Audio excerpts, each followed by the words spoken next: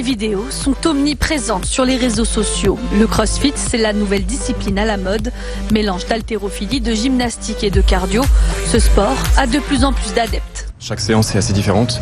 Soit on va plus bosser les jambes, soit on va plus bosser les bras, les épaules. C'est pas comme de la musculation classique où finalement c'est un peu tout le temps répétitif, réverbatif. Là, on a un vrai sport croisé qui est vraiment à la croisée de différentes disciplines. Donc pour ça, c'est hyper agréable.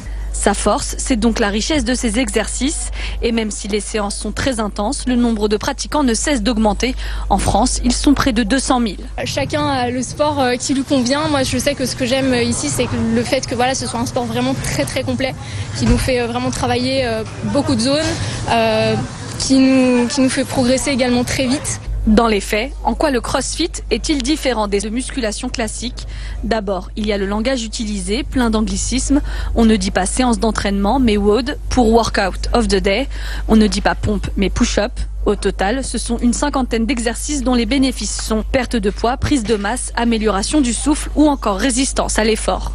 Moi-même au départ, j'aimais pas du tout ce type de sport collectif où on transpire beaucoup, où c'est endurant.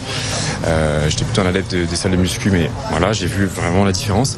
Là, pour le coup, il y a vraiment ce côté, je me dépasse un peu à chaque fois, et c'est hyper agréable. On voit vraiment ses progrès. Moi je sais que j'ai gagné en force, j'ai aussi beaucoup gagné en endurance.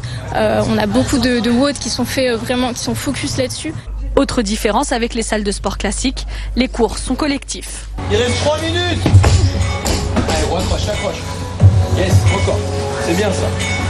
Pousse dans tes jambes, finis ton extension. Oui, très bien. Là au CrossFit on a un groupe, donc tout de suite on peut parler avec tout le monde, on peut rigoler, on peut les animer, alors qu'il n'y avait pas ça forcément dans les salles de muscu.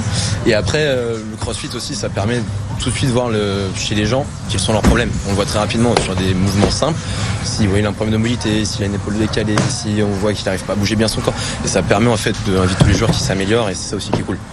Un encadrement qui a un coût, une vingtaine d'euros en moyenne par séance, bien au-dessus des abonnements mensuels dans une salle de sport. Ici, c'est vraiment des groupes avec un coach, voire deux coachs. Ça justifie pour moi ce surcoût en fait mensuel. Ce qu'il faut voir, c'est que le CrossFit c'est pour la santé, donc on est juste là pour devenir meilleur.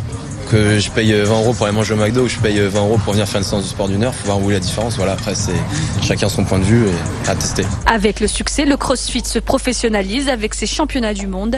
Les CrossFit Games ont eu lieu la semaine dernière aux États-Unis. Malheureusement pour les 5 Français et Françaises engagés, aucun n'a fini dans le top 20.